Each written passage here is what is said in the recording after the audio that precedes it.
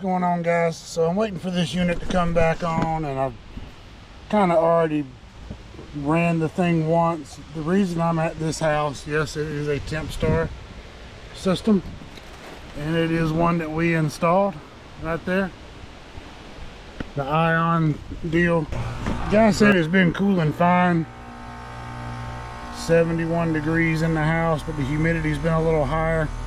Now this is that time of the year where you get those calls where people, and I'm checking this with Measure Quick, doing a full performance test on it with the indoor probes, outdoor probes, but the humidity's, well, you got to think, it's, you know, it happens every year. Everybody comes out of the winter time, and it starts warming up a little bit, but the humidity comes in before the heat comes in, and then the next thing you know, oh, it's humid in the house. It rained all week long, but the thermostat was set to 76 degrees and it was 74 outside every day.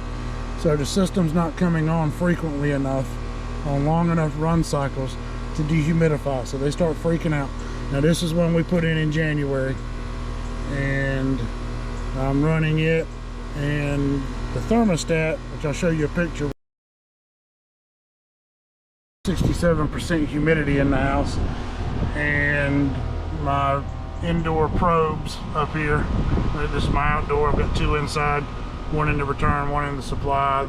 My indoor probes were reading 58%, so the thermostat, which is that T-Series Honeywell, is already reading a higher humidity than it actually is. But so I got the unit running and was checking the pressures on it, and I went back in the house to look at the thermostat to see if the humidity had changed, and it hadn't.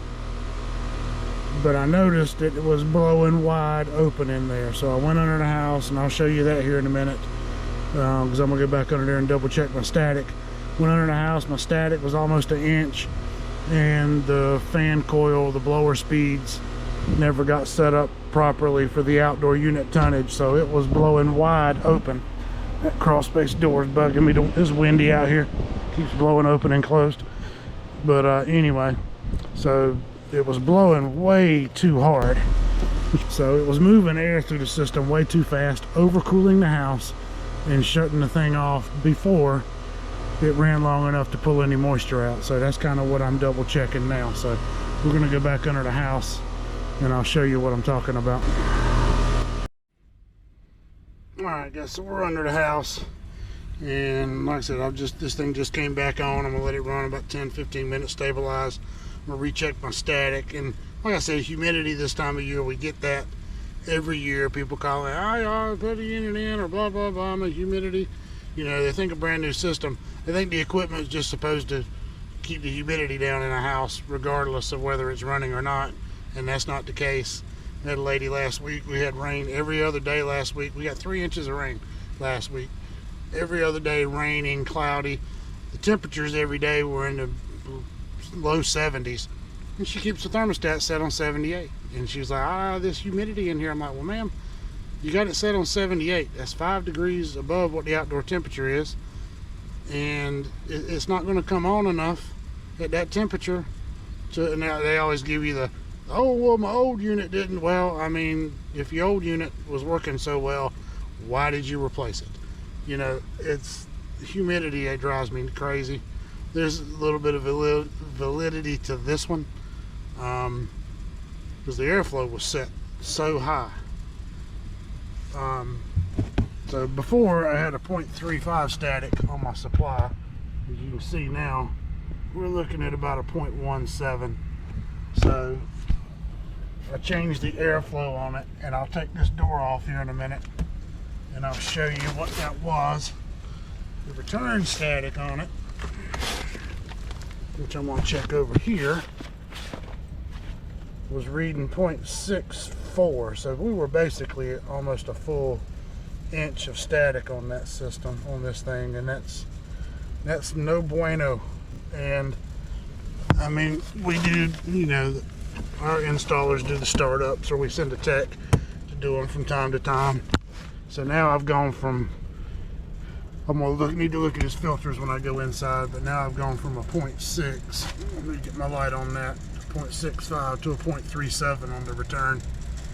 So now 0.36, 0.17, that's 0.46, 0.53. I may make one more adjustment. I'm gonna see how this works.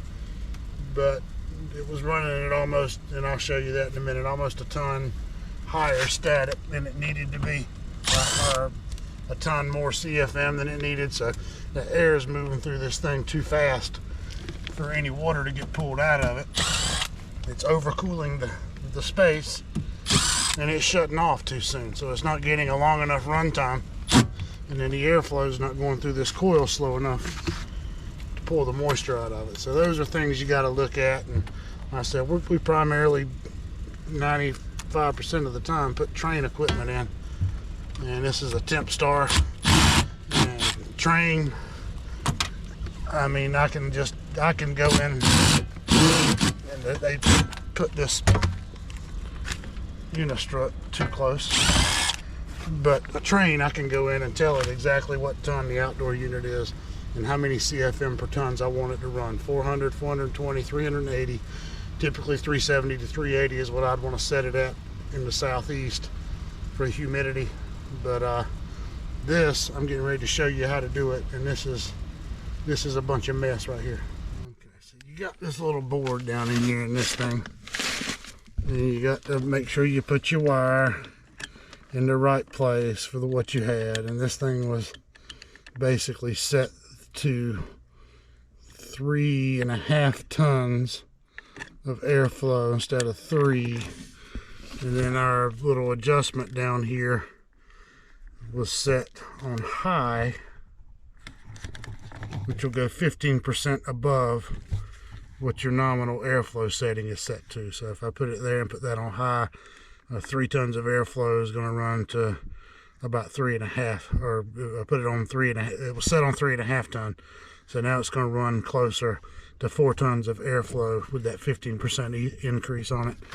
So what I did is I put it on 3 tons, and then instead of having this on high, I put it on low, and then that drops at 10% below. So if 3 tons of airflow at 1200 CFMs, now I'm going to run closer to 1000 with that on low. So it's going to give me that little bit of reduction in my airflow below what nominal would be to get that little bit of extra dehumidification. So it was set on 3.5 tons, and then on high, which is 15% increase above whatever you've got it set to there. So at 3.5 tons, 15% up on that, maybe, I don't know, maybe it was running 1500, 1550 CFM, something like that, but it should be closer to 12, 11, nominal, about 11 for good dehumidification. So it's, they kind of make a quirky way of you having to do math and kind of figure this out. So on the sticker, you'll have your unit size right here, and this is kind of for your auxiliary heat airflow, but it'll tell you right here, go down to 3 ton, and then this blue wire right here, it was on A, which for a 3 ton outdoor unit on A is going to give you 042, which is going to give you 3.5 tons of airflow. And then I moved it over to B, which is 3 tons. And then that other one's not on here. That's the one that is in the book, the only one where it explains to you what it is. But that's the one where you do your basically 10% higher than below where you set it, or 15% higher. So I set it on 3 ton, gave it a 10% reduction, and that'll bring me down to get that airflow slow enough. It's going to cool the house just fine, but it's going to maximize moisture removal. So it's, they kind of make a quirky way of you having to do math and kind of figure this out, and maybe keep changing it with the train. I can go right into that control and say, hey, my outdoor unit is a 3 ton outdoor unit, and I want to run that at 380 CFM per ton. It'll calculate it, run that variable speed blower on it. And this thing here is a little different. So it is what it is. But we don't put a lot of these in, so you kind of gotta get used to them and And I don't know that we're going to put a lot more of them in. I don't know, but it was kind of that transition time where the train went from 410A to 454 in January, the first of the year, and we just had to get some units installed, so we grabbed some temp stars because we were having trouble getting the train units. So now you got the 454B debacle. So we've managed to be able to get our hands on, over the last couple of weeks, get some of that refrigerant stocked up. But it is what it is, guys. So let me get it back on. I think we're going to be set up right, but that's just something you have to look at. You get those humidity calls. You need to check the system, check the charge. You need to make sure your airflow is set right.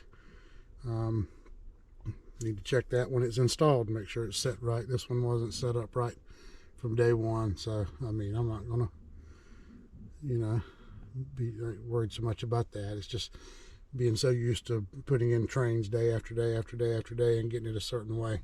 You see something like that, and you're just like, what?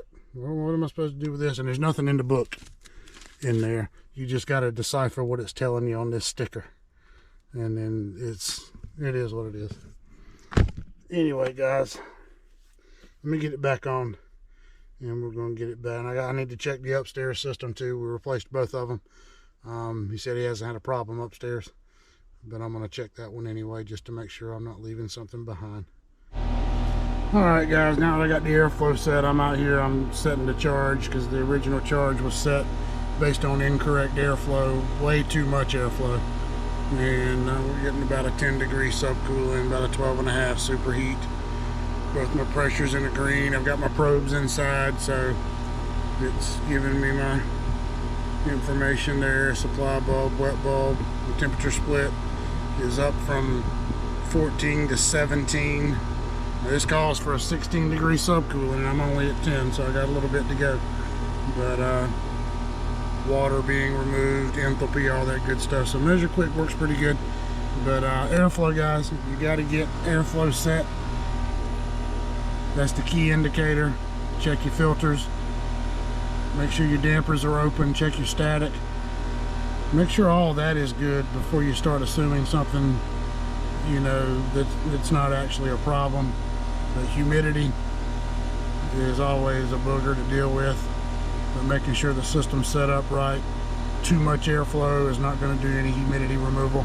Too much airflow is going to overcool, and the thing's going to shut off, and you're not going to get a long enough run time to get the water out of the air. It's just not moving as much on a consistent basis. So keep those things in mind, and I'm sure we'll get a video from some guy sitting in a chair who's going to get a video idea out of watching this and give his opinion on humidity and airflow. So anyway, guys, I look forward to watching that, and thanks for watching this one.